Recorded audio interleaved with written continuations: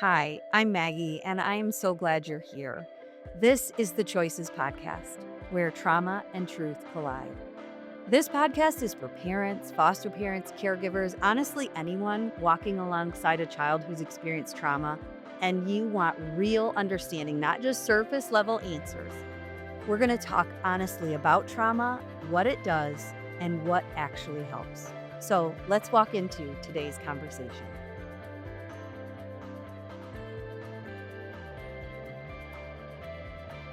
We just want to welcome you, Nicole Mitchell, to the Choices Podcast, where trauma and truth collide. Nicole, you are a mom. You are soon to be a grandma. You are an amazing advocate for kids who are walking a similar road that you walked. And I think you are someone who walks with the healing that the Lord afforded to you with open hands. And you offer that to so many different children that you choose to do life with. And it is remarkable. And I'm just grateful that the Lord allowed our paths to cross and a friendship to develop. So although we work together, I appreciate the friendship even more. Me too. Yeah. So welcome. Thank you for having me. Yes, to the Choices Podcast. So today we're going to continue our conversation about choices and identity and those kind of things. And while Karami and I talk about these things, we wanted to bring someone on here who has walked such a beautiful journey of self-discovery and healing discovery and discovering your true identity in Christ and kind of what you had to wade through to get there. So I know you're part of the team at House of Providence. So let's start there. HOP has really been a part of your journey. Maybe let's start there and share a little bit about that so people know maybe what has HOP meant to you and being on the team. Oh, it's meant everything to me. I mean, I would even say, like, with the trauma that I've experienced, I didn't know why I went through everything I went through. Yeah. And I was just sitting there thinking, like, in God's word, he says, like, he doesn't let our pain go to waste. He uses it for everything. He uses it for good. And I remember just thinking about that, like when I came to know the Lord, that he uses my pain. He's going to use my pain. And with that being said, like, I just remember, I'm sorry, I'm so nervous. Don't be. You don't sound nervous. You're okay. I just remember just reading the word. I wasn't always a Christian. And just reading the word, God uses our pain. And I bet you couldn't even imagine how that would be possible. No. Because you had more pain than people would even imagine. I would read the stories about Joseph. Yeah. And how Joseph, a lot of things happened to him and how God used it to even free so many people, And I'm like, God, how could you use that for me? Like me, I'm nothing, In that time I felt I was nothing. Yes. And then I started to work at HOP, and it just started to unpack so much, like just loving on the girls and just having that opportunity to just even bring them healing, but also heal my inner child. It's I remember watching that happen in real time at camp. We do a camp in the summer, really boutique camp experience for girls in foster care or who have experienced adoption. And I remember when you came as a counselor and just watching you experience camp. Yes, it was beautiful, like, to be able to let one of the girls, that wasn't feeling very confident in the experience, she trusted me and she was able to break through some things. And it was just so beautiful. Yeah, so good. Experience that together. And you had never been to camp before. No. Yeah. No, it was just beautiful. So good, so good. So you have had quite a journey in life. And one of the beautiful things, you're a beautiful human, and one of the beautiful things about you is that you don't look like what you have been through. Thank the Lord. You don't. There's such a grace on your life, and you carry such a peace. But let's dig into that a little bit. today, because you've had a journey that's not unlike some of these precious kids that we get to do life with and walk this journey with. So talk to us about little Nicole and what was your life like when you were very, very young? Before foster care, what was your life like? So my mom, she didn't have a support system. Like, she didn't have a mom. She was abandoned when she was very young. Okay. So she created a family. Just, there was a lot of sleeping around. Yeah. There was 4 fathers, all different fathers. My mom was a single mother. A lot of men in and out of the house. No stability. We were kind of just doing our own thing. And you remember it that way from a very young age. Very young age. Yeah. My mom was, she was in crack, cocaine, and we would discover these things laying around the house, and we would try to dispose of them, thinking that would stop her. Wow. But it didn't. Yeah. Just like a lot of strange people coming in and out of the house. And just very unstable, you know. Unstable in environmentally, or unstable in having your needs met, or everything. Everything. Just, we would get evicted, our stuff would get thrown out. My mom would stay in the car and sleep in the car, and my siblings would go and stay at other houses. But I felt like a loyalty to my mother, so I couldn't go stay with my friends. She gave me that choice. You were the oldest? I was the youngest. You were the youngest. And I refused to go stay with my friends. Okay. I wanted to make sure she was okay. It was like that loyalty that I had with her. It was at that time, it wasn't good. Right. But that's all I knew. Yeah. And I would say survival mode. I was constantly in survival mode. Like, my older siblings even in Pontiac, I lived in Pontiac. There was a little Caesars in Pontiac, and my siblings would all order pizza, so much pizza, and they would be standing outside behind the building, and they would throw away the pizza. And they would gather all the pizza out of the dumpster and bring it home, and that's how we ate, So my mother was just never really present, so we were just looking out for one another, Looking back, you call it survival mode. Did you realize that's what it was then, or that your life was very different, or you didn't really have a grid for that? I didn't understand. Yeah. Yeah, I didn't understand. And even just on my way here, I just saw, a homeless man, asking for money or whatnot. Yeah. And it brought me back to my childhood. Certain memories bring me back to my childhood. And I remember my mother, like, she was an addict, so she would have me outside and, like, bumming for quarters, saying I needed bread or milk, and that would be for her addiction. Right. And, there's a lot of, like, memories. Yeah. That. How old were you when you would ask for quarters? It's probably 6, 7. And you knew what the quarters were ultimately for? Sometimes she would let me keep a little bit for myself, but she would mostly, use it for her addiction. Yeah. Addiction can be such an insatiable beast. Yes. Yeah, in the lives of people we love. It can be so tough.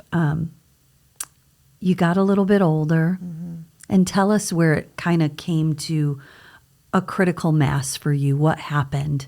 I know CPS got involved in those kinds of things. So my mother, she was a single mom, so she was a target for, men coming in and out of the house or whatnot. And there was this guy, he promised my brother, like, to do paper route and make some extra money or whatnot. And long story short, he started molesting my brother. My mom was notified because my older sibling found some pictures that were in the guy's car, and my mom was notified. She didn't take it to the authorities.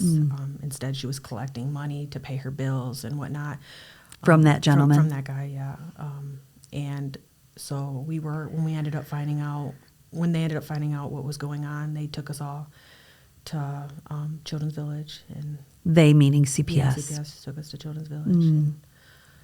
How old were you? 11. 11. Yeah. The youngest. The youngest. Tell us about that, what that was like, getting brought to Children's Village. Did anyone explain to you? Well, I would say it was terrifying. Yeah. It was very terrifying. They took us all, put us in the car, and took us to Children's Village. It was very different. Like, there was a lot of other kids there. Yeah. This was the shelter It was a shelter, yeah. portion It was of a Children's shelter. Village, yeah. It was a shelter. My 2 older siblings, they ended up fleeing and ran away. So they were runaways. And then me and my younger, well, he's a year older than me, we stayed and then went into foster care. But it was a scary place. Yeah, very difficult. How do you believe that those formative years being so tumultuous, and you describe being in survival mode, and then your mom's addiction becoming more and more insatiable, and she, for all intents and purposes, allowed your brother to be abused for financial gain. Would you say that? Yes. Yeah. How is that impacting who you believed Nicole to be? Or little, what were you, Nikki? Yeah. How did that impact your identity, Nicole, growing up, and now I'm in a shelter? And I think about this Yeah. often, but it made me question, like, anyone was up for grabs. Like, there was no Wow. value. Like, like if someone offered the right amount or Yeah. the right opportunity, any of us could be harmed. My Yeah. mom was not in the right Right. mind place. Like yeah, we were just all unsafe. yeah, And I feel like my identity was just like hopelessness. It was just like, Wow. I was just very hopeless. Yeah. And it was, yeah. What did that make you believe about the kind of life that was available to you? Oh, I didn't think that there was a good life available to me. Why? Because my siblings were a mess. My Yeah. mom was a mess. We didn't have anyone that was speaking positive into our life. We had no family. It was just me, my siblings, and my mom, and we didn't know anything. We didn't know anything Yeah. good. There was no one like pouring into us. No church. options that you saw. Yeah, there was no options. So Yeah. it was. I mean, I remember when I went into the facility, there was this lady that wanted to adopt me. She became close to me. Yeah. And I often used to think, like, after I left there, like, what would it have been like for me if she Yeah. would have, if she would have. Yeah. When you left there, were there multiple placements? Was it a one and done? Pretty stable, unstable? Describe that for us. Foster care for you. Well, when I left the shelter care, I went into, what was it? I ended up going into foster care. I was in 3 different foster homes. Okay. I ended up getting out of foster care, not because my mom got her life together, but because one of my foster homes, the father of the foster home, was very inappropriate with me and Sexually. Sexually, yeah. So, and my brother caught it, and Wow. So we got ripped from that foster home. How old were you? I was 12. Wow. So I got ripped from that foster home, and then they just brought us back to my mom. She wasn't ready for us. So we got taken from my mom from an unsafe situation Right. to get brought back into an unsafe situation, to get brought back into an unsafe situation. Wow. So, Frying pan into the fire. Yeah. Wow. so and she, and then I got taken back. Got taken away from my mom again, and then because she didn't have a placement for us or whatnot, and then I went into Children's Village, and that was like 9 different times from like In and out, in and out. the maximum Security. children's part. So is it safe to say you were consistently victimized through your childhood? Definitely. Like, No matter where you ended up, the helpers ended up victimizing you. In the home, you were victimized. So all of these places you went, how deeply does that get rooted in your soul? oh, wow, that's definitely Yeah. very, really rooted. Like I never felt like there was anything good. Like Yeah. there was no good. Like, and if it felt good, it wasn't true. Yeah. So, And how did that impact your life and the choices you made? The attachments were just, I couldn't attach. Yeah. I just could not attach. So there was no relationships, being made, that were healthy, and I kind of just didn't care. Yeah. I developed this What do you mean by mindset that? of Unpack that a little not bit. caring. Like, if it was good, I'm doing it. Yeah. What do I have to lose? Yeah. My life is already a mess. So, Yeah. what is there to lose? Yeah. And did you believe that there was goodness attainable for you or out there for you, or like, this is my lot? No, I didn't. No. I was hopeless. I didn't feel like there was anything good for me. Yeah. And we talk about this on the Choices podcast, where that victimization that we go through really threatens to bully us for the rest of our life, to say, you're a victim now. You'll never get out of this. This is who you are. This has now tainted your whole life. And it can paralyze the individual from believing, no, I don't want this life. I have choices. I'm picking something different. Yes. Maybe talk a little bit about how that impacted you. When I realized that I had choices. Yeah. Or maybe when you believed you didn't, and how did it impact then until you realized you had choices? Okay. So after I got out of the residentials and I became 18, I did start seeing some signs and some similarities of me acting out like my mom. Okay. And I wasn't aware when I was doing it. Okay. I really Did it wasn't. scare you?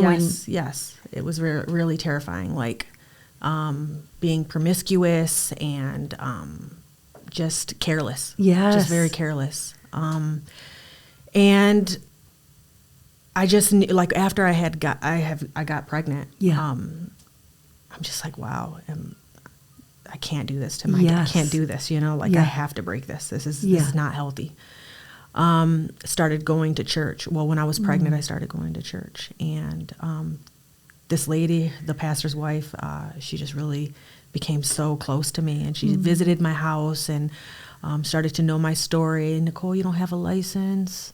Nicole, you didn't finish college. You didn't finish high school. I'm like, no, I didn't. I was in and out of foster care, in and out of residentials. And that also impacted my identity. Like, I felt I wasn't good enough, and because I wasn't good enough, then I wouldn't provide a good life for my family. So I was it just added more hopelessness, So, and probably impacted your self-esteem. Yes. Of like, well, maybe I'm not smart. Well, that's not the same thing. Yes. You're brilliant. Yes. Thank you. So she would come visit me, and she would find out that all these things that I kind of didn't complete. Yeah. And she's like, well, Nicole, we're going to have to start somewhere. We're going to go get your license. So she came out, and she would do Bible study with me for an hour, and then a half hour she would take me in her car, and we'd drive around Pontiac. I love this. And she ended up taking the driver's test with me, like with the road test. Road test with me, and she was like, "I got you." And I just remember, just the verse, "I hold you with my righteous hand," and I just remember repeating that over and over and over in my head as I was doing it. I was afraid, know, and I just kept quoting that verse. And then she was like, "Nicole, now it's time to go back to school," and I went back to school. It's amazing. I was like, I'm gonna. You slowly realized you had choices. Yes. Because someone introduced that to you. And it just started giving me a confidence in myself that, I could overcome these obstacles. Yeah. So. How old were you when you graduated from high school? Well, I was probably, Xavier graduated from 5th grade. So I'm not sure what that was. I was in my 30s. That's amazing. I was in my 30s. That's amazing. And it took someone to walk with you and say, yes, you've been through this, and I have compassion and will walk through the healing of those wounds. But you also have choices, and there's steps that you can take. Yes. Talk to me about when you feel like that light sort of went on for you and when it shifted toward, I don't have to stay in this life of being a victim and no self-esteem and no choices to hold on a second. I can pick a different destiny for myself. Talk to me about, was that shift slowly? Was it incremental, little by little? Talk to me about that. I would say it was little by little. Okay. It was little by little. I'm still discovering it. Yes. I'm still discovering it. And that's beautiful. Yes. So when I started to gain this confidence and starting to obtain like my driver's license and, going back to school and getting my high school diploma, I ended up getting, I got married, Yeah. had kids. My husband wasn't, he was very controlling, didn't want me to work, didn't want me to, he didn't want me to pay bills. He kind of did everything for me. So I kind of felt like I left one institution and I went to another institution. Okay. And after, the divorce, because I, had a divorce, I started to rediscover again who I was, apart from marriage, apart from that child, that, that small child of being traumatized. I started to, I ended up getting a job. I ended up starting to build my credit. I started to believe in myself, Do you think that was maybe the first time ever in terms of you being not alone in the sense that you are alone, Nicole, but alone as an individual, saying, I can actually do this? Yes. Yeah. Yes. Wow. Going on trips by myself, or, it just feels so empowering. Yes. Yeah. Talk to me about how your identity looks now. Wow. In contrast to what you've described. I would say I just know that I am, how I told you, back in, when I was struggling with my identity, I used to always question, how could God use my pain? Yeah. I believe that my pain has been my biggest motivator. Yeah. And now that I'm working at HOP and serving the girls and loving the girls, it just truly I just see it all shift together. Yeah. It just feels like, wow, this is what I was created to do. Yes. This brings me complete freedom. Yes. This is what I was made for. Yeah. Yeah. Talk to me, describe your identity now. How would you describe it? What words would you use? The words I would use is... Because you said hopeless. Yes. And, yes. all of those other things. I would say that I am so loved. Yeah. I am complete. Yeah. I am valuable. Yes. I am a treasure. Yes. I have a voice. Yes. I am, I'm not broken. Right. My name means warrior. Yes. I never believed that for myself. But I am a warrior. Yes, you are. An overcomer. Yes. So good. So good. What we experience forms our identity. And it doesn't necessarily mean that that identity gets it right. But sometimes we take that in and we believe that.